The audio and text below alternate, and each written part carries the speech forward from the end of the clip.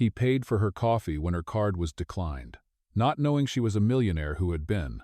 Hello everyone. Before we begin today's story, I have a small favor to ask. Please hit subscribe and turn on the notification bell so you never miss our channel's new videos. It is quick, free, and the best way to support us in bringing you more dramatic stories. Your support means the world to us. Where are you watching from? Drop your city or country in the comments below. Thank you very much. Now, let us return to our main character. It was a chilly Tuesday morning in a small neighborhood coffee shop. The glass windows were fogged with the breath of early commuters, and the rich smell of roasted beans hung heavy in the air. She stood quietly in line, wrapped in a faded gray hoodie, her hair tied in a loose ponytail. Nothing about her appearance suggested wealth or status. In fact, she looked like any tired college student trying to stay awake before class. When it was finally her turn, she ordered a medium cappuccino with an extra shot. She handed her card to the cashier, expecting the usual beep of approval. Instead, the machine buzzed with rejection. The cashier frowned. "I am sorry, your card has been declined." She tried again, cheeks warming as the people in line shuffled impatiently. The card reader blinked red a second time. Someone behind her muttered, "Come on, hurry up." "Oh." Her hands trembled slightly as she whispered, "That cannot be right. It worked yesterday." The cashier's tone grew sharper. "Do you have another form of payment? Cash, maybe?" She searched her pockets, pulling out nothing but a crumpled receipt and a single hair tie. Her throat tightened. For a woman who once had the world at her fingertips, who once signed checks with more zeros than most could imagine, this was a cruel reminder of how far she had fallen from the life she used to live. Before the awkward silence could stretch further, a voice spoke from just behind her. "I will cover it, put it on my tab." She turned to see a man in his late 20s, wearing a button-down shirt that had been ironed too many times, the collar softened from years of use. His hands bore faint grease stains, as if he had been working on an engine earlier that morning. His smile was warm, unforced. The cashier rolled his eyes but took the $10 bill the man offered. "Fine," he said, sliding the cup toward her.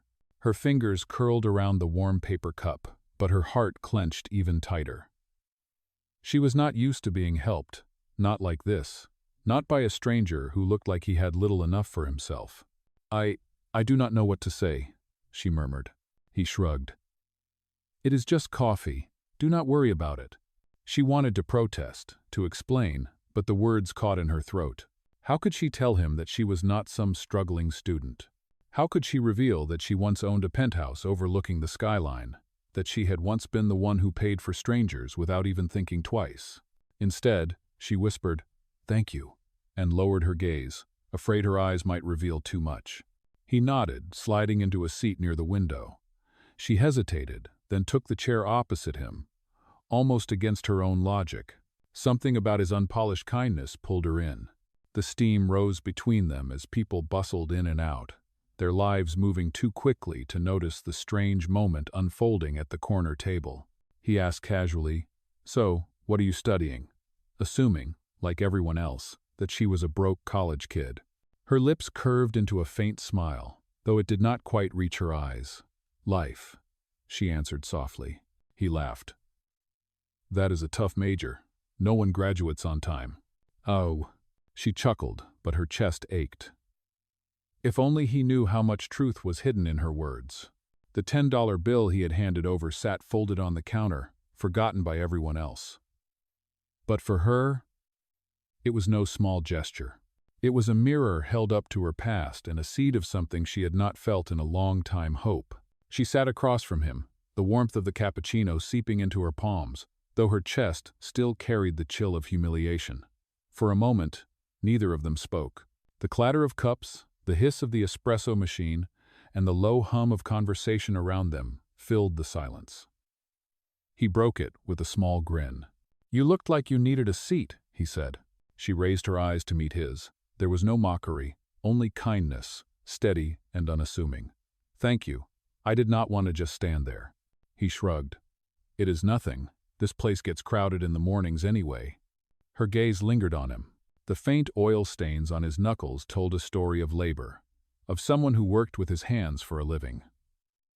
His shirt, though clean, had seen better days. Yet there was a lightness about him, a quiet confidence that was rare. "So, do you come here often?" she asked, more to keep the conversation going than out of real curiosity. "Most mornings before work," he said. "It is kind of my routine. A little caffeine before heading to the shop." "The shop?" she echoed. "I work at a garage. Cars, trucks, whatever rolls in," he explained. "It is not glamorous, but I like it.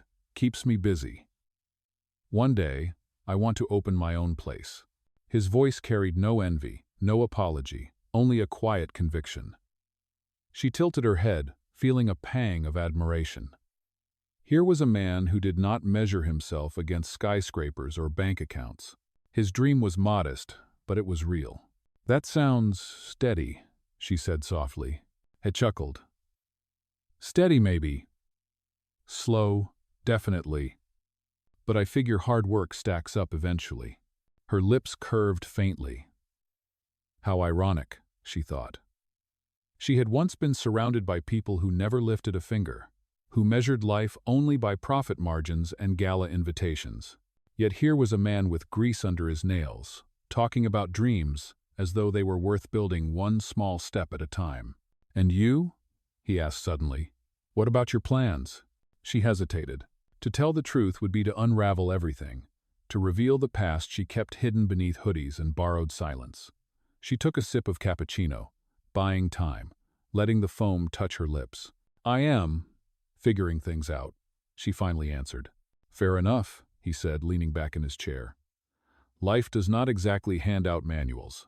She laughed quietly, the sound surprising even herself. "No, it does not." For a while they sat in companionable quiet. He scrolled briefly on his phone, then tucked it away. She traced a finger along the rim of her cup, trying to ignore the way her heart felt both heavy and light at once. The barista behind the counter gave them a glance that lingered too long. She caught the whisper of two women nearby. "She could not even pay for her coffee," one of them muttered. The other laughed under her breath. Her chest tightened, shame flooding her. She had never been judged so openly for so little. She lowered her eyes, ready to excuse herself and leave, but then his voice cut through the noise. "Do not mind them," he said firmly, his eyes on her. "They do not know you." She blinked. "You really think so?" "I know so," he said. "People love to make stories about strangers, but none of them know what you carry. Forget them." Something in the certainty of his words settled inside her. She had spent so long fighting to prove herself to people who already decided her worth. Now, here was a man who offered acceptance without conditions, without even knowing her truth. "Thank you," she whispered. He smiled, lifting his coffee cup in a small toast. "To not caring what strangers think." She tapped her cup against his, the sound sharp but sweet. "To not caring?" she echoed. Outside the cafe window, the morning sun broke through the clouds, casting golden streaks across the sidewalk. Inside, for the first time in a long while, she felt something stir that she thought she had lost hope, fragile but alive. The next morning, she found herself walking back into the same cafe. She told herself it was only for the coffee, but her heart betrayed her, quickening the moment she saw him again at his usual spot by the window. He was already halfway through a cup, scrolling through something on his phone, his hair still damp from an early shower. She ordered quietly, this time paying in cash, and carried her drink toward the empty chair across from him. He looked up, surprised, then smiled. "Back again?" he asked. "I guess I like the coffee here," she said, setting her cup down. "Or maybe you like the company," he teased gently. Her cheeks warmed, but she smiled despite herself. Maybe both. The conversation began easily, the awkwardness of the day before melting away. He told her about the garage, about long hours and tough customers, but also about the satisfaction of fixing something broken and seeing it run again. "There is this old truck I have been working on," he said, his eyes lighting up. "Most people would have scrapped it, but I cannot. I see potential in it. It just needs time, patience, and the right parts. One day, it will run better than new." She listened closely, her chest tightening with the weight of his words. His story about the truck felt strangely familiar, as though he were unknowingly describing her own life. Once valuable, once admired, now written off by so many. But maybe, like that truck, she was not finished yet. Maybe she just needed time, patience, and the right people around her. "That sounds kind of beautiful," she said softly. He shrugged, embarrassed by the seriousness in her tone. "It is just a truck." "No," she said firmly. "It is more than that. You saw something worth saving when others did not. That says a lot about you." Their eyes held for a moment longer than either expected. Something unspoken passed between them, something fragile but undeniable. Then, to shift the mood, she asked, "Do you ever get tired of fixing other people's mistakes?" He chuckled. "All the time. But it is also what pays the bills. Besides, sometimes you fix more than just the machine. You help someone get to work, pick up their kids, visit their family. That feels good." Her lips curved into a small smile. He had no idea that he was fixing something in her too. As they talked, she found herself opening up in ways she had not in years. She told him bits and pieces of her story, carefully leaving out the truth of who she was. She mentioned that she had once lived in a different city, that she had lost more than she ever thought possible, and that she was trying to start fresh. He did not press for details. Instead, he nodded thoughtfully. "Starting over is not easy, but it says a lot about a person when they choose to try again instead of giving up." His words sank deep into her, soothing wounds she had thought would never close. When their cups were empty, he glanced at his watch and sighed. "I have to get going. The shop opens in 30 minutes. She stood as well, reluctant to leave the comfort of his presence. "Thank you for the coffee talk," she said lightly. He grinned. "Any time? Maybe tomorrow?" Her heart skipped. "Maybe."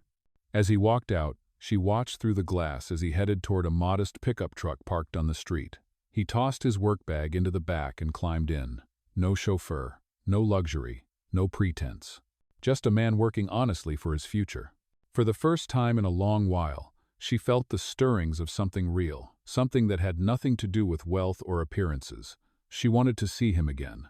Not as the woman she had been before, the one people respected for her last name and bank account, but as the woman she was now, unadorned, uncertain, yet hopeful. As the cafe door closed behind her, she knew one thing with certainty. This was not just about coffee anymore. It was about finding something worth saving, in him and in herself. The following week became a quiet rhythm. Neither of them had planned, but both had begun to expect. Every morning, the same coffee shop, the same window seat, the same pair of cups sending steam into the air. Conversations stretched from simple observations about the weather to deeper exchanges about dreams, regrets, and the strange ways life had tested them. But not everyone watching their growing closeness saw it as something pure. One Thursday morning, as he returned from the counter with his usual black coffee, a coworker from the garage happened to spot him. The man clapped him on the back, grinning. "So this is where you disappear to every morning. Looks like you found yourself a pretty girl." He laughed awkwardly, trying to brush it off. "It is not like that." The coworker leaned closer, eyeing her across the table. "Careful, buddy. Some girls like that only stick around until they find a guy with deeper pockets. You are kind, but you are not rich. Do not get played." His smile faltered. He wanted to defend her, to shut down the insinuation, but doubt crept in like an uninvited shadow. He knew almost nothing about her.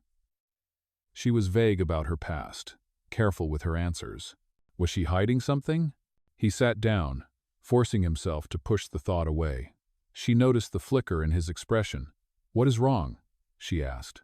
"Nothing," he said too quickly, stirring his coffee. Her brow furrowed. "You do not seem fine." He forced a smile. "Just a long morning at the shop already. Customers can be tough." She did not press further, but the unease between them lingered. Later that day, as he was closing up the garage, another conversation gnawed at him. The cashier from the cafe had cornered him earlier, chuckling. "Your girl had her card declined the other day, remember? Are you sure she is not just looking for a free ride?" The words dug deep. He knew the truth of that morning. She had been embarrassed, grateful, and sincere. But repetition of doubt made it harder to ignore. He hated himself for even entertaining the thought, but the seed had been planted. The next morning, when she arrived at the cafe, she sensed the shift in him immediately. He was quieter, more guarded. He asked fewer questions, gave shorter answers. She tried to bridge the gap. I was thinking of taking a walk later today, maybe around the park. The weather is supposed to be nice. Would you like to come? He hesitated.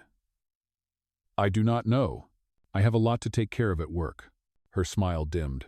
Another time then? Yeah, maybe. The word maybe landed heavier than she expected. She sipped her cappuccino, trying to steady herself. She had built walls around her heart for so long, afraid of letting anyone close, but she had let him in. Now, sensing his distance, those old fears rushed back. When they parted that morning, there was no easy laughter, no lingering glance. Just a quiet goodbye that felt like a door closing. Walking away, she wrestled with a painful truth. She had wanted someone to see her for who she was, now, not for what she had been. But the whispers of others, and the questions she refused to answer were pulling him away. And for him, the battle was just beginning. Every time he remembered her soft smile, her grateful eyes, he felt foolish for doubting. But every time he heard the warnings of others, the fear of being used clawed at him. He did not yet know that the truth of who she really was would soon break through in a way neither of them could control. And when it did, the world would never see her the same again. The distance between them grew over the next several days. She still went to the café, but his smile no longer carried the same warmth. Their conversations, once effortless, now stumbled under the weight of unspoken doubt. Then, one afternoon, he happened to walk past the café long after their usual morning meeting. He stopped dead in his tracks. Parked at the curb was a gleaming black luxury car, the kind he only ever saw in magazines or rolling into high-end dealerships. Its polished chrome reflected the sunlight like a mirror, and stepping into the car was her. She had been waiting on the sidewalk, her hoodie pulled up, trying to remain unnoticed. But the driver in a pressed uniform opened the back door for her with practiced precision. She slid into the back seat without hesitation, the car pulling away smoothly. He stood frozen, the image burning into his mind. The girl he thought was struggling, the girl who had her card declined, was being chauffeured in a car worth more than he could ever dream of owning. Anger and betrayal churned inside him. He replayed every conversation, every vague answer, every moment she had smiled at him across that café table. Was it all a game? Had she been testing him, laughing at his simplicity while living a life of luxury behind his back? The next morning, when she arrived, he was already seated. She walked toward him with her usual soft smile, but he did not return it. "You did not tell me you ride in luxury cars," he said, his tone sharp. She froze, her breath catching. "You saw me?" "I did," he said. "I saw the driver open the door for you. I saw you slip into the back seat like you had done it 100 times. So tell me, who are you really? Because it is clear you are not who you pretend to be." Her chest tightened, panic rising. "It is not what you think." "Not what I think?" He cut her off. "You let me believe you could not even afford a coffee, and yet you step into a car that costs more than my entire future. Do you enjoy playing games with people like me? Do you get a thrill out of seeing how long it takes before we catch on?" His words sliced deep, sharper than he realized. She tried to speak, but the lump in her throat refused to let sound pass. Her hands trembled as she whispered, "I never meant to lie to you. I wanted someone to see me without all the noise. Without the money. Without the name. Without the assumptions." He shook his head, his jaw tight. "You could have told me the truth. Instead, you let me believe something else. That is not honesty. That is manipulation." Tears welled in her eyes, but she refused to let them fall. I thought if I told you who I was, you would not trust me. You would think I was just another spoiled rich girl. I wanted to be real with you. But I see now that was impossible." He pushed back his chair, the scrape loud against the floor. "Maybe it is impossible because you never gave me a chance to decide for myself." The café had grown quiet around them, curious eyes watching as the two of them stood locked in a silent battle of hurt and pride. Finally she whispered, "If you cannot believe me, then there is nothing left to say." She walked out, the bell above the café door chiming softly behind her. He sat back down, but the coffee before him tasted bitter, untouched. For the first time, he questioned not just who she was, but who he had been in all of this. And the truth that he cared more than he wanted to admit made the silence heavier than ever. The days after their painful argument stretched long and heavy, He threw himself into work at the garage, tightening bolts and changing oil, with a determination that did nothing to quiet the storm in his chest. Every turn of the wrench, every sound of an engine roaring back to life, reminded him of her words. I wanted someone to see me without all the noise. He told himself it was a lie, a trick to soften the truth she had hidden. But the memory of her trembling voice, the tears she fought to hold back, would not leave him. Then came the evening that changed everything. The town hosted an annual charity gala, an event he normally ignored, reserved for business leaders, donors, and families with names that carried weight. But this year, his garage had been contracted to deliver several vintage cars to display outside the venue, part of a showcase for classic restorations. It was extra money, and he needed every dollar. He drove one of the polished cars up to the front entrance, dusted his hands, and prepared to leave quickly. But as he glanced toward the stage inside the glowing hall, his entire world tilted. There she was. She stood beneath the bright lights, no hoodie to hide her, no worn sneakers to disguise her. She wore an elegant dress, simple but commanding, her hair styled with quiet grace. A microphone rested in her hand as she addressed the crowd. "Many of you know me by my family's name," she began, her voice steady but filled with emotion. "What most do not know is that 2 years ago, I lost everything. The money, the properties, the so-called friends. All of it disappeared.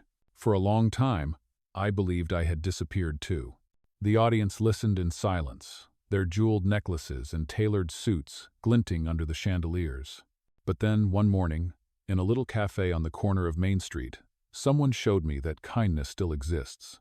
A simple act paying for my coffee when my card was declined reminded me that human dignity is not measured in dollars, but in compassion. That single moment gave me the courage to start again. And tonight, I stand here not to celebrate wealth, but to honor the power of generosity and humility. As she spoke, she reached into her clutch and pulled out a clear frame. Inside was a $10 bill, carefully preserved. The audience murmured, puzzled, but she held it high with pride. "This," she said, her voice firm, "is worth more to me than any fortune I ever inherited, because it came from someone who expected nothing in return." His breath caught. The room blurred around him as her words sank deep. That small act, forgotten by him as ordinary, had been her turning point. Applause erupted, filling the hall. She smiled graciously, but her eyes scanned the room as if searching for someone. He stepped back quickly, hidden behind the gleaming cars, his heart pounding. For the first time, he saw her not as a stranger with secrets, but as a woman who had carried burdens heavier than he had imagined. She had not been playing games. She had been searching for authenticity, for a connection untainted by judgment. And though shame pressed on him for doubting her, another feeling rose stronger, the undeniable pull of truth. She had revealed herself fully, not just to the glittering crowd, but to him. And in that revelation, he realized something he had been too blind to admit. He still cared, more than ever. After the gala, he could not shake the image of her standing on that stage, holding up the $10 bill as though it was priceless. The sound of her voice, filled with gratitude and honesty, echoed in his mind long after the applause faded. The next morning, he returned to the café, unsure if she would come. Hours passed, and she did not appear. Finally, he decided he could not wait for chance. He needed to find her. When he arrived at her townhouse, he hesitated at the gate. It was not a mansion, but it carried the quiet dignity of someone who had rebuilt with care. He rang the bell, his palms damp with nerves. She opened the door, her expression guarded, her eyes still carrying the hurt of their last encounter. "What are you doing here?" she asked softly. He took a breath. "I owe you an apology. I judged you without giving you the chance to tell me the truth. I let other people's whispers drown out what I knew about you. That was wrong." "Oh." Her gaze searched his, cautious but vulnerable. "And what do you think you know about me?" He stepped closer, his voice steady. "I know that you are strong enough to start over when most people would have given up. I know that you are kind, even when the world has been cruel. And I know that the woman who sat across from me in that cafe was real. That is who I see. Not the money, not the name, just you."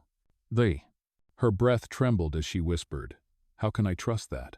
He reached into his jacket and pulled out a small wooden frame. Inside, preserved under glass, was another $10 bill. This one he had taken from his own wallet, marked with a note he had carved into the frame. Not the money, but the moment. Her hand flew to her mouth, her eyes filling with tears.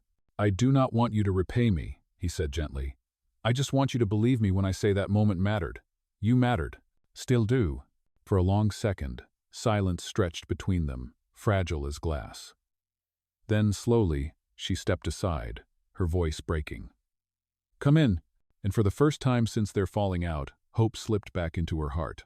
Inside her home, the atmosphere felt different from the glittering world he had imagined. The furniture was modest, the walls decorated with framed sketches instead of expensive art. A single plant stood in the corner, its leaves reaching toward the sunlight. She gestured for him to sit, though her eyes still carried the weight of caution. He placed the small wooden frame with the $10 bill on her coffee table, letting the gesture speak before his words. "I am not asking for forgiveness overnight," he said quietly. "I just want to start again. No lies. No masks." She sat across from him, fingers tightening around her coffee mug. "You say that now, but what happens when people start talking again? When they say, 'I am not like you,' that we do not belong in the same world?" He leaned forward, his voice steady. "Then let them talk. People have always judged me, too. For not having enough. For not dreaming big enough. For not being the kind of man they expect. But the truth is, I do not care anymore. What I care about is sitting right here in front of me." Her eyes shimmered with unshed tears. "You make it sound so simple." "Oh, because it is," he replied. "It was never about the coffee or the money. It was about the moment we saw each other clearly, without the noise. I lost sight of that once, but I will not again." Silence hung between them, broken only by the soft ticking of a clock on the wall. Then she rose, disappearing into another room. When she returned, she held the frame she had shown at the gala, the one with the preserved $10 bill. She set it beside the one he had brought. "Two reminders," she said softly. "One of where it began, and one of where it can go." He smiled, his chest tightening with something he had been afraid to name until now. She met his eyes, her voice trembling but firm. "If we are to do this, it must be as equals.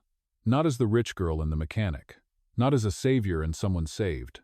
But as two people choosing each other." He nodded, his heart steady. "That is all I want." For the first time, her guarded expression softened completely. And in that quiet living room, surrounded by nothing more than simple furniture and two framed bills, the foundation of something lasting began to take root. Weeks passed, and what began as tentative steps slowly grew into something steady. Their mornings at the café returned, but now they carried a new kind of ease. There were no secrets left between them, no masks to wear. Just two people, sitting across from each other, letting the steam of their coffee rise like a quiet promise. One evening, she invited him back to her home after dinner. On the table, she placed a thick envelope. He frowned, uncertain. "What is this?" he asked. "Open it," she urged. Inside were documents, papers detailing an investment, legal contracts, and a set of plans. His eyes widened as he read. "This is for a garage," he said slowly. She nodded. "For your garage. You once told me you dreamed of opening your own place. I want to help you make that real." He looked up, startled. "I cannot take this. It is too much." "It is not charity," she said firmly. "It is partnership. You believed in me when I felt invisible. Now let me believe in you. Let us build something together, not because of money, but because of trust." Her words carried no pity, no condescension, only conviction. Slowly, the tension in his shoulders eased. He set the papers down, reaching for her hand. "You really mean this?" he asked. She smiled, her eyes steady. "I do, but only if you stand beside me, not behind me. This is not about saving each other. It is about choosing each other." His fingers closed around hers, strong and certain. "Then I choose you, every time." Tears filled her eyes, but this time they were not from pain. They were from relief, from the long-awaited certainty that love could exist beyond wealth, beyond doubt, beyond the judgments of others. In that moment, Two $10 bills sat framed side by side on her shelf, symbols of a beginning that had once felt like an accident. But to them, it was fate. And as they stood together, ready to face whatever whispers or obstacles might come, one truth burned brighter than any fortune. Love built on kindness and authenticity is worth more than any riches the world can offer.